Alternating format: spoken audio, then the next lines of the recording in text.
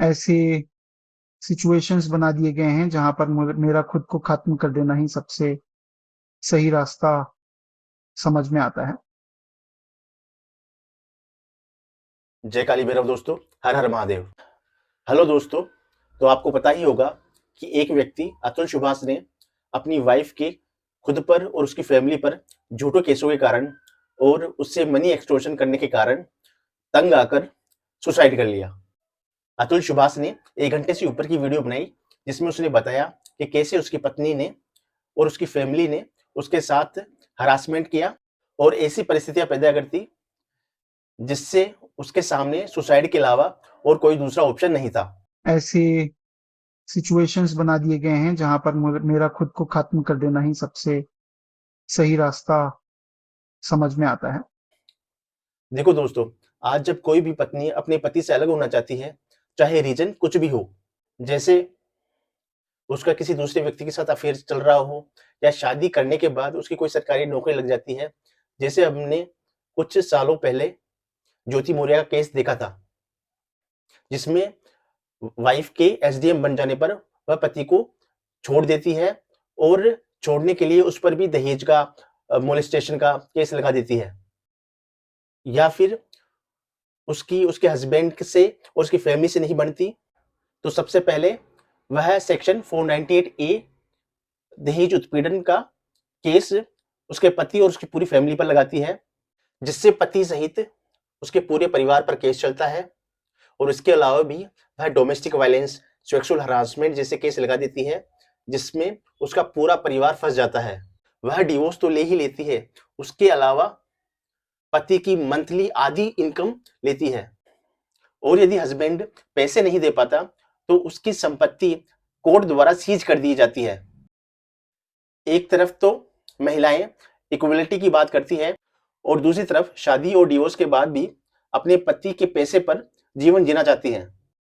जिन महिलाओं के शादी के बाद बच्चा हो जाता है तो डिवोर्स में वह बच्चा और उसके पति की आधी संपत्ति भी ले जाती हैं और मजे से अपना जीवन जीती हैं, क्योंकि उसके पास उसका बच्चा तो होता ही है और सेक्सुअल रिक्वायरमेंट के लिए वह किसी और व्यक्ति के साथ संबंध बना लेती है और जीने के लिए जो पैसा चाहिए होता है वो एलिमनी के रूप में वह अपने पति से पूरी उम्र भर पाती रहती है।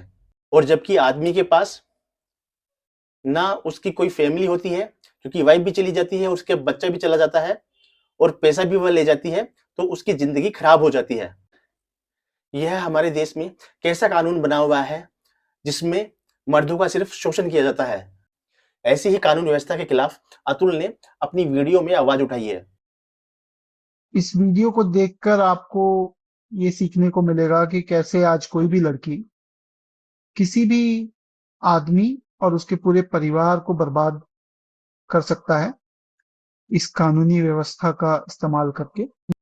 मेरा मानना है कि अतुल ने कोई सुसाइड नहीं किया है, उसने पुरुष वर्ग के लिए अपना बलिदान किया है ताकि मेरे मरने के बाद कानून व्यवस्था में सुधार आए और जो मेरे साथ हुआ है वह और किसी व्यक्ति के साथ ना हो और उसे सुसाइड ना करना पड़े। जिन लोगों को अतुल सुभाष की मौत से दुख हुआ उन लोगों ने अतुल सुभाष की जस्टिस के लिए मार्च भी निकाला, लेकिन उस मार्च में बहुत कम ही लोग थे और उसमें आपको कोई भी महिला देखने को नहीं मिलेगी। जबकि आपको याद हो जब निर्भया केस हुआ था तो उस लड़की को जस्टिस दिलाने के लिए कैंडल मार्च में लड़कियों से ज्यादा लड़के गए थे और पुलिस द्वारा की गई लाठीचार्ज के डंडे भी खाए थे। इससे हम कह सकते हैं कि एक पुरुष और महिला दोनों का दर्द समझता है, जबकि एक महिला सिर्फ स्वयं का दर्द समझती है। अतुल केस होने के बाद भी उनको अतुल के लिए कोई हमदर्दी नहीं है। आप यह वीडियो देखिए जिसमें कैसे एक एक्ट्रेस ने अतुल सुभाष के सुसाइड का मजाक उड़ाया है। देखिए 1 घंटा 20 मिनट का उन्होंने वीडियो बनाया। उनके फ्रस्ट्रेशन का लेवल देखिए किस लेवल पे है वो, राइट। 24 पन्नों का उन्होंने नोट बनाया। इतना वो फ्रस्ट्रेट थे अपनी फैमिली से, अपने परिवार से उन्होंने बात क्यों नहीं करी इस बारे में, ठीक है, उनको क्यों नहीं शेयर किया। और इतना ही वो पैसों की बात कर रहे हैं, पैसे पैसे पैसे, तो थोड़े पैसे साइकेट्रिस्ट पे, साइकोलॉजिस्ट पे खर्च कर देते तो आज उनको ये नौबत नहीं आती। देखा, इसमें वह कह रही है कि जब वह इतने पैसे अपनी पत्नी को दे रहा था तो कुछ पैसे साइकेट्रिस्ट डॉक्टर पे भी खर्च कर देता। यानी वह कह रही है कि अतुल सुभाष पागल हो गया था, इसलिए उसने सुसाइड कमिट कर लिया। मैडम, जिस तरह से आपके बोलने का तरीका है ना, उससे तो साइकेट्रिस्ट डॉक्टर की जरूरत आपको है, तो आप डॉक्टर के पास जाइए। अतुल ने यह वीडियो पूरी विनम्रता से बनाया है। उसके चेहरे पर कोई गुस्सा, कोई ईर्ष्या नहीं दिखती। अतुल एक एआई इंजीनियर था और वह एक अच्छी कंपनी में काम कर रहा था और बढ़िया पैसा कमा रहा था। कोई पागल व्यक्ति यह नहीं कर सकता। हमारे भारत में और भी नमूने हैं, जैसे कंगना राणावत। देखो उसने अतुल सुसाइड केस पर क्या बोला। हैविंग सेड दैट, एक गलत महिला का हम उदाहरण लेकर जितनी महिलाओं को हर दिन प्रताड़ित किया जा रहा है, हम उसे नहीं झुठला सकते और ये नहीं कह सकते। हमेशा 99% जो है मैरिजेस में पुरुषों का ही दोष होता है, इसीलिए ऐसी गलतियां भी हो जाती हैं। इसमें उसने कहा कि 99% महिलाएं ही प्रताड़ित होती हैं और अतुल सुसाइड केस तो इक्के दुक्के ही होते हैं।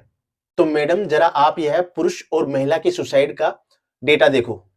किस तरीके से अलग अलग केसेस सामने आए। ये देखिए 2022 में जहां 83,717 शादीशुदा पुरुषों ने सुसाइड किया है, जबकि 30,771 महिलाओं ने आत्महत्या की है। 2021 के आंकड़े भी रख रही हूं, 81,063 पुरुष, जबकि 28,680 शादीशुदा महिलाओं ने सुसाइड किया है। 2020 में 73,093 शादीशुदा पुरुष और 28,085 महिलाओं ने अपनी जिंदगी को खत्म किया है, जबकि 2019 में 66,815 पुरुष और 25,941 शादीशुदा महिलाओं ने अपनी जान दी।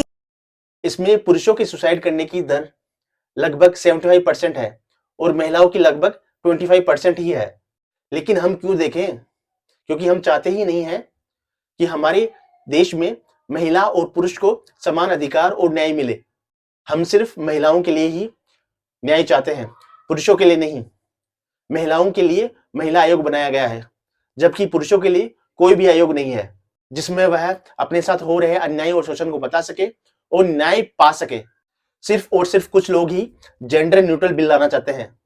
चाहे दोषी महिला हो या पुरुष हो, कानून उसको सेम नजर से देखे, क्योंकि हमारे देश में एक तरफा कानून है।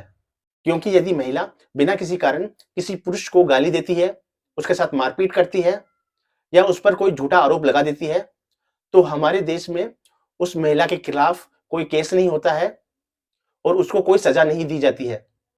लेकिन वही काम महिला की गलती होने पर पुरुष कर दे तो उसको तुरंत अरेस्ट कर लिया जाता है और उसको सजा दी जाती है। आपको याद होगा, कुछ साल पहले सरबजीत के केस में एक लड़की जसलीन कौर ने सरबजीत पर ईव टीजिंग का झूठा केस लगा दिया था, जिससे सरबजीत की नौकरी भी चली गई थी और सरबजीत को समाज में मेंटल हरासमेंट भी सहन करना पड़ा था। तब एक आई विटनेस ने जसलीन कौर की पोल खोली और उसने बताया कि सरबजीत और जसलीन कौर के बीच में एक छोटा सा विवाद हुआ था और उसका बदला लेने के लिए ही जसलीन कौर ने वीमेन कार्ड खेला और उस पर झूठा ईव टीजिंग का केस लगा दिया। इसी तरह आपको हरियाणा का केस भी याद होगा, जिसमें 2 लड़कियां आर्मी में सिलेक्टेड बंदों को अपने बेल्ट से मारती हैं और उन पर भी ईव टीजिंग का आरोप लगाती हैं, जिससे आर्मी से उन्हें निकाल दिया जाता है और समाज में भी उनकी रेपुटेशन खराब हो जाती है। लेकिन बाद में आई विटनेस के सामने आने से उन दोनों लड़कियों की पोल भी खुल जाती है और आई विटनेस बताता है कि ऐसा यह लड़कियां और लड़कों के साथ भी कर चुकी हैं। लेकिन सोचने की बात यह है कि इन लड़कियों के फेक केस करने और झूठा साबित होने पर भी हमारे कानून द्वारा इन पर कोई सख्त एक्शन नहीं लिया जाता है। तो मुझे लगता है हमें जेंडर न्यूट्रल बिल की आवश्यकता है, जहां किसी दोषी व्यक्ति को उसका जेंडर देख के सजा नहीं दी जानी चाहिए। और पुरुषों के लिए भी एक आयोग होना चाहिए, जिससे वह अपने साथ हो रहे शोषण का विरोध कर सके। अतुल ने अपनी वीडियो में करप्ट और घूसखोर जुडिशरी सिस्टम के बारे में बताया है। रीता कौशिक जज जो है वो करप्ट है, ये मुझे पता है, क्योंकि उन्होंने खुद मुझसे घूस के पैसे मांगे। जिसमें कैसे जज मैटर को सेटल करने के लिए घूस मांगती है। हम जानते हैं कि इंडिया में चाहे कैसा भी सरकारी डिपार्टमेंट हो, वहां पर बिना घूस दिए कोई काम नहीं होता है। लेकिन अगर जुडिशरी भी करप्ट होगी तो कहां बेचारे गरीब लोगों को न्याय मिलेगा। जब व्यक्ति की सारी होप खत्म हो जाती है तो न्याय के लिए जुडिशरी ही तो एक रास्ता बचती है। यह हमारे देश का सबसे बड़ा दुर्भाग्य है। अतुल जैसे बहुत से केस देखने के बाद तो मैं सभी लोगों से यही कहूंगा कि हमें पार्लियामेंट में जेंडर न्यूट्रल बिल को पास कराने की कोशिश करनी चाहिए। अपनी वीडियो में अतुल ने अपनी आखिरी इच्छा भी बताई है। मेरा अस्थि विसर्जन तब तक नहीं होना चाहिए जब तक मेरे हरासर्स को पनिशमेंट नहीं मिलता, तो मेरा अस्थि विसर्जन ना हो। अगर इतने सारी चीजें, एविडेंस और सब कुछ होने के बाद भी अगर कोर्ट, ये जज और मेरे बाकी के हरासर्स को पनिशमेंट नहीं देती है और बरी कर देती है, तो मेरा जो अस्थि है वहीं कोर्ट के बाहर किसी गटर में बहा देना चाहिए। और यदि इसके बाद भी अतुल को न्याय नहीं मिलता तो हमारे जुडिशरी सिस्टम के लिए यह बहुत शर्म की बात है। मैं तो यही कहूंगा, may his soul rest in peace, भगवान उसकी आत्मा को शांति दे। धन्यवाद दोस्तों। जय काली भैरव, हर हर महादेव।